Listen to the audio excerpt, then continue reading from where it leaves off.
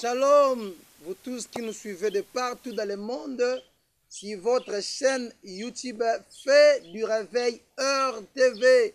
La émission Nabino, Oyezali Kopambo Nabino Tango Nyonso, Oyezalaka présenté par ya Oyo Yabino Mosali Nzambe, le bishop Ezekiel Zoka. Bien-aimé, Nalingito Sambela, Poto Banda Malakisi Nabiso. Père, je bénis ce moment. Pour rendre ces moments de ta grâce ainsi de ta bonté, conduis le jardin de la connaissance à cause de ton nom, au nom de Jésus. Amen. Bien-aimé, on avait commencé un sujet, Tobandaki sujet moko de la qui titrait sur les mystères des hôtels maléfiques. Mais aujourd'hui, nous sommes arrivés au volume 2.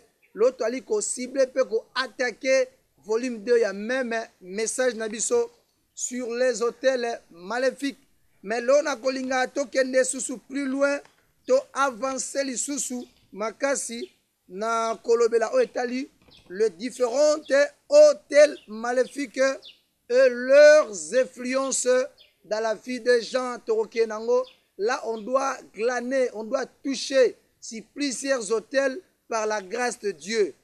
Ce côté na Exode chapitre 34 verset 12 à 15. Surtout à partir à verset 13. On peut remarquer Nzambe azolobela libota na ye.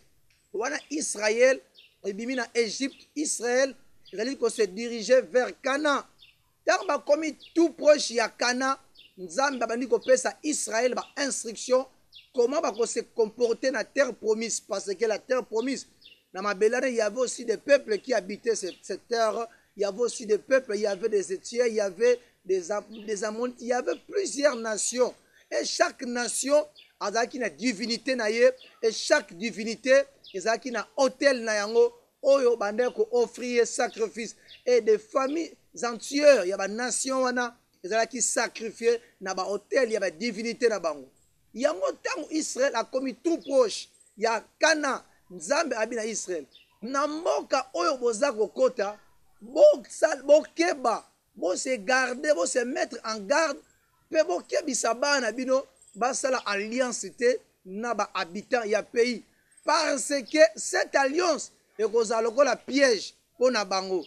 Bana bino bakokende ko servir banzambe na bango, bana bino bakokende ko déjeuner na ba table ya banzambe na bango e kosala kanda ya nzambe e ya likolo mboka. Bien aimé, makambo oya kogumba mela bikeko to makambo oya idolâtrie, to makambo oyo ya ba hôtel oyo ba koko, to ba hôtel oyo bato bali ko ériger à d'autres divinités, plutôt fait ba ériger na nzambe ndeko tikana bisao ba hôtel maléfique oyo ememi ba pasi, ememi ba pénir na kate ba famille belé, et cela a amené même la colère de Dieu. Si tu lis dans ce texte, ce n'est pas le diable qui va frapper. Ça ne sera pas la colère du diable, mais c'est Dieu qui va frapper son peuple pour bakei ko sala alliance na ba peuple mususu pe bakei ko gumba melabike ko. Beaucoup de familles, beaucoup de tribus, beaucoup de nations, beaucoup de vies sont sous le jugement de Dieu. Ils ont un jugement Nzambe à cause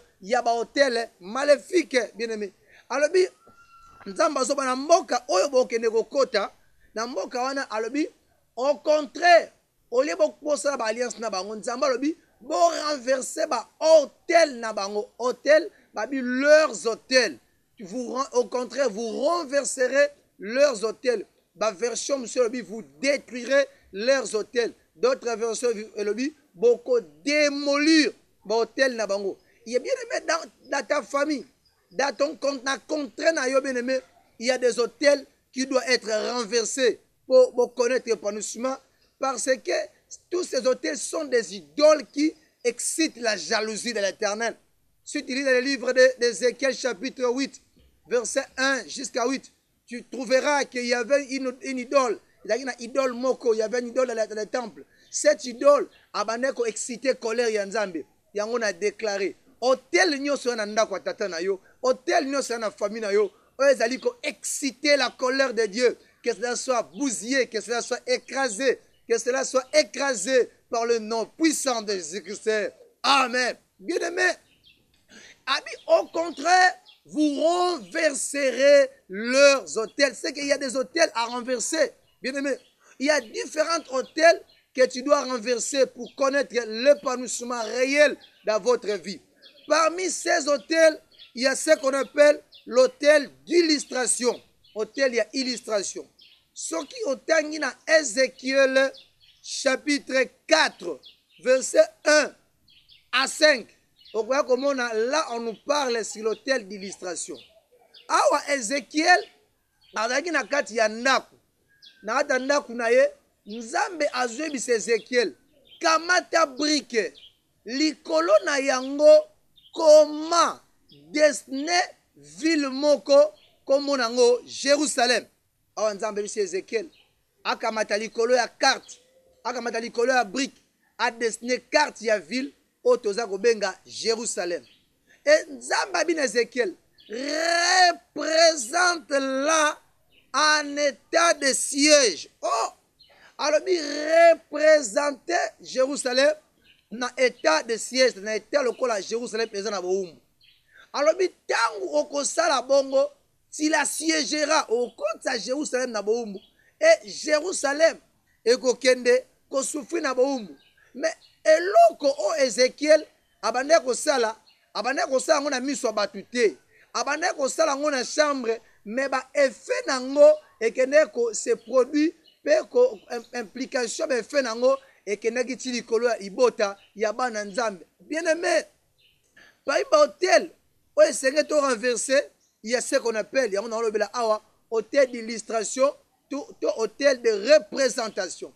Awa esengalaki kanda Nzambe ya problème et ya frappe esengalaki ya contre Israël, captivité esengalaki ya mais esengalaki ba représenter Israël na eloko bien mais ba vie ya bato ebele, ba santé ya bato ebele, ba corps ya bato ebele, ils ont souffert bato ebele bazana ba problème santé na bango to tungisa o maladie esilaka te malade ezalaki awa elongwe awa ekomi awa parce que quelque part sur le plan spirituel, leurs vies sont représentées sur un hôtel maléfique, les hôtels que nous appelons les hôtels d'illustration. Ndeko, bakoko illustrer via moto par un symbole, par un objet, bakozo keko, bakozo symbole moko, bakozo elamba moko, bakozo atamsu ekekoto, bakozo atamsu nzete moko, ba invoquer, ba beli molimo ya moto.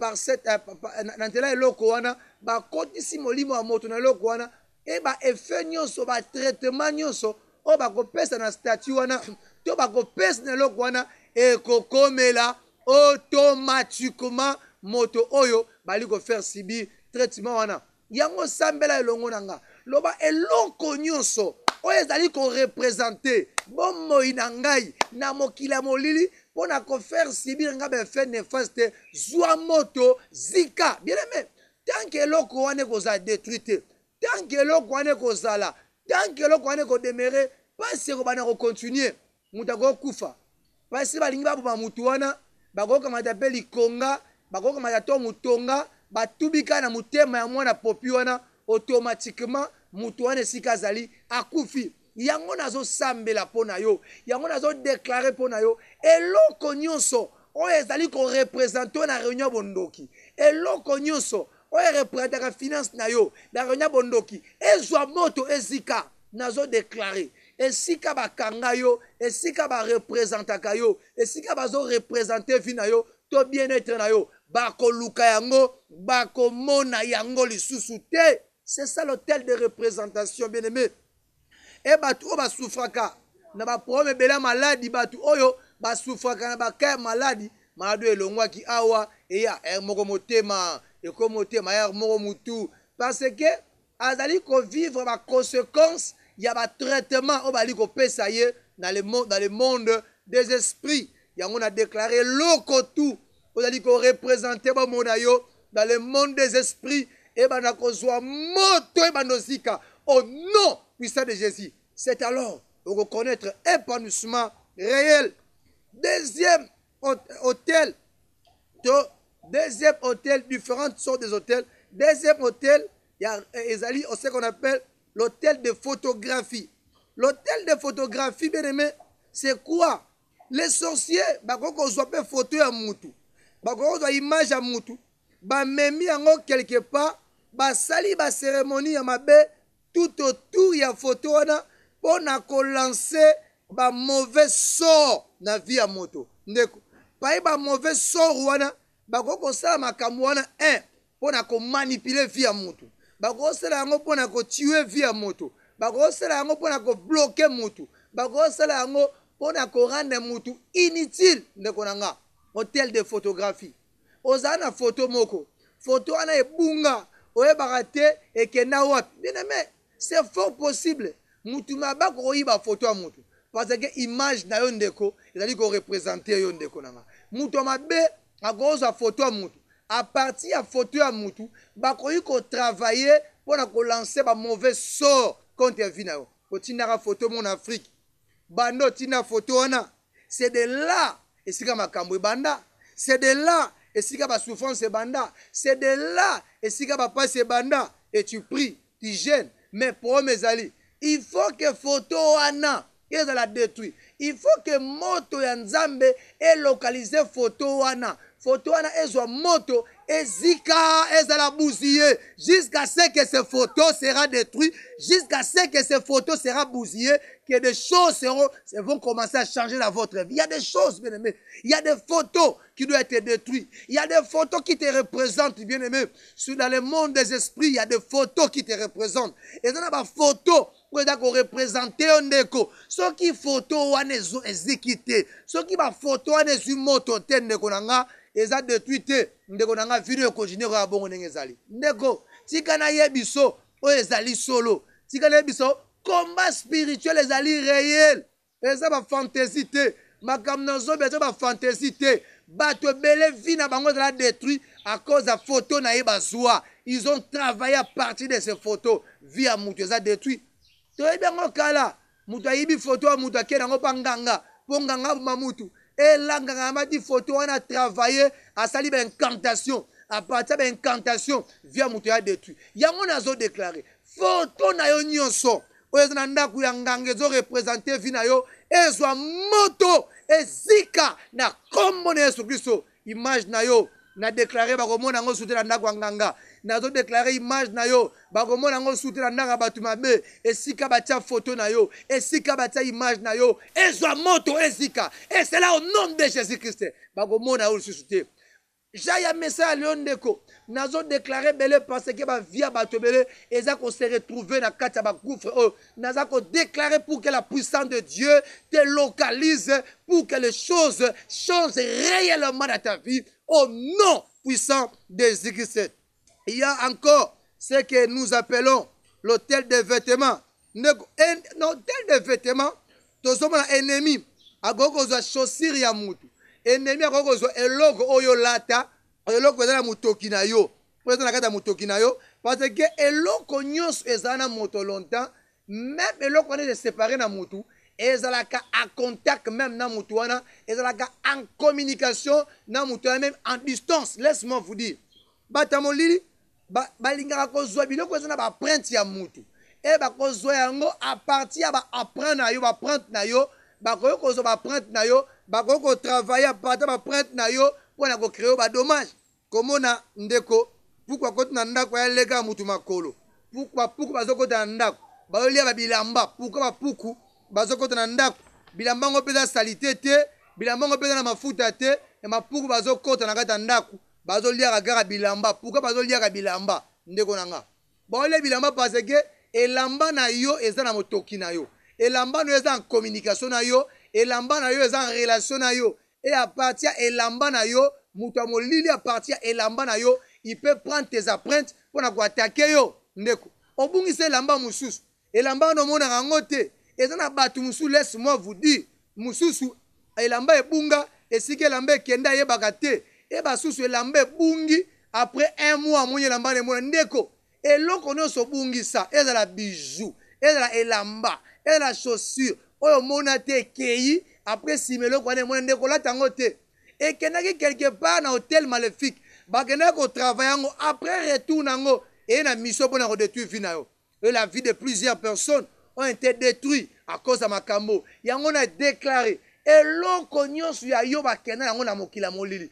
O baza ko travailler yango pour na komoni so pasi. Et l'on wana ezwa moto ezika. Et c'est là au nom de Jésus-Christ. Et l'on nyonso ba tirer dans nzoto na yo. O bazu na nzoto na yo. Bazali ko travailler yango pour na komoni so pasi. Nazo déclarer. Et l'on wana ezwa moto ezika na kombo na Yesu Christo. Il y a aussi des hôtels de parties du corps. Bagozo manzaka ya mutu. Bagozo suki ya mutu. Bagozo placete ya mutu. O mutabota mela. Bagozo même règle ya mutu. Bagogo kene nango na hôtel moko maléfique. Bakei ba former ba incantation tout autour ya iloko wana pona komonisa mutu. Pasi. Parce que suki na yo ndeko. Ezo représenter intelligence na yo. Manzaka na yo. Ezo ko représenter misala maboko na yo ndeko. Et loko tout le monde a représenter lo. Bakati yo manzaka. Mutakati yo manzaka oyebite ndeko. Ils ont arraché misala maboko na yo. Ba arraché misala maboko na yo ndeko. Bakati yo suki ba lia suki. Et olamuka na tongo suki ya to ndiye bakata na sizo. Eza intelligence na onde ba arraché. Eza ba tak ya hôtel maléfique. Otobenga ba hôtel de partie du corps. À partir ba hôtel à partie du corps oyo. Bazali ko programmer malais. Toba rando li boma ndeko nanga. Yango nazo déclarer. Parti nyonso ya nzoto na yo. Elle suki na yo. Elle la mandefu na yo. Elle la placete na yo. Elle la linge na yo ya règle. Oyo baso bakena ko travailler pour na komoni so passe. Parti wana ezwa moto esikeza esika ebe na contrôle bangunya na yo. Ebima na contrôle ennemi na yo. Na ko mbona Yesu Kristo kombo le kiba kombono. Il y a des choses comme ça. Ennemi a sali contre ba via batu. Il y a des choses comme ça. Le diable a sali contre ba via batu. Il y a ce qu'on appelle aussi les hôtels, hôtels désastres ndeko. Hôtel ya ba étoile. Bible zoloba ni. Bible zoloba que le soleil ne te frappera pas en plein midi, non plus la lune pendant la nuit. Et lingo ba ezana batu ba na savoir ya ko manipuler ba astre. Ko manipuler ba minzoto pona komonisa ba via batu passe. Psaume le biango psaume chapitre 121 verset 6. Et le but que le soleil ne te frappera pas en plein midi, non plus la lune pendant la nuit.